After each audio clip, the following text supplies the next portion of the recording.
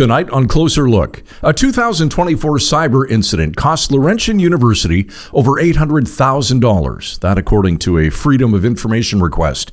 Sudbury.com's Heidi Ulrichsen has been covering this story and joins us tonight from Sudbury. Heidi, let's start by going back to February 18th of last year when the attack was discovered. What was the impact and what information was compromised? So the attack was discovered actually during reading week.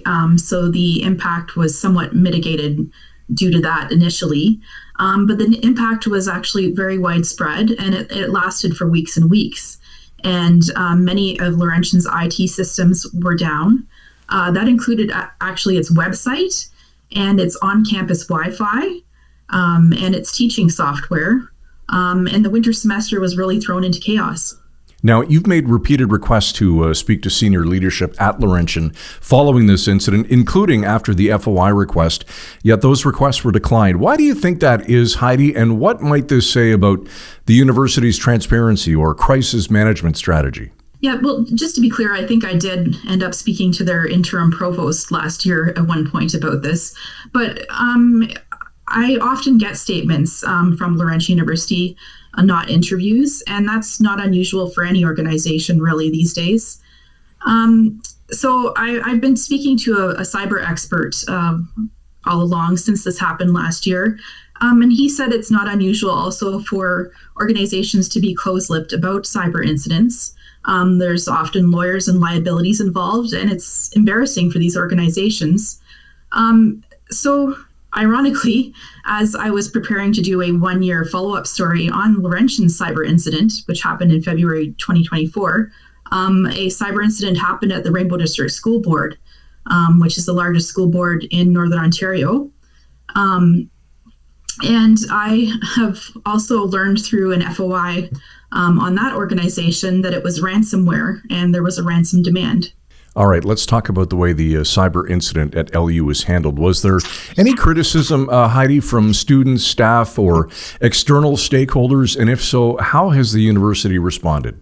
So I remember going to a town hall meeting via Zoom last year for students, and there was some criticisms from students on how it was handled and just generally how it was impacting their lives. And in attending a Laurentian Senate meeting, the professors were really stressed out too, so it was a generally stressful time for all. To their credit, the university did answer the students' questions during the town hall meeting. Okay, Heidi, we know the costs to the university have come in around $818,000, and the largest portion of that, at just under $690,000, was attributed to coaching and consulting. Is this a typical cost for incidents of this scale? Now, this cyber expert that I've mentioned, Ritesh Kotak, he told me that this is a typical cost, and organizations are often required through their insurance to bring in consultants, and those are costly. And Laurentian has submitted the costs to its insurance and is hoping to have some of that recovered. Okay, there was a ransom demand which the school chose not to pay, but do we know how much the demand was for?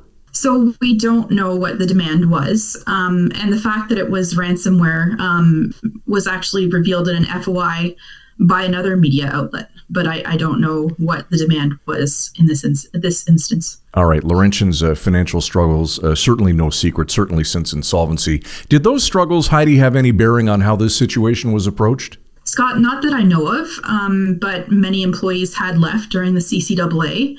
And those employee numbers were only really ramping back up last year. So that really could not have helped in terms of the recovery and probably made things more stressful. Yeah. All right, there's Sudbury.com's Heidi Ulrichsen on the cyber attack at Laurentian University and the financial fallout that followed. That's all for Closer Look on this Wednesday. We'll be back tomorrow night at 7 with another episode for all of us at Village Media. Thanks for watching.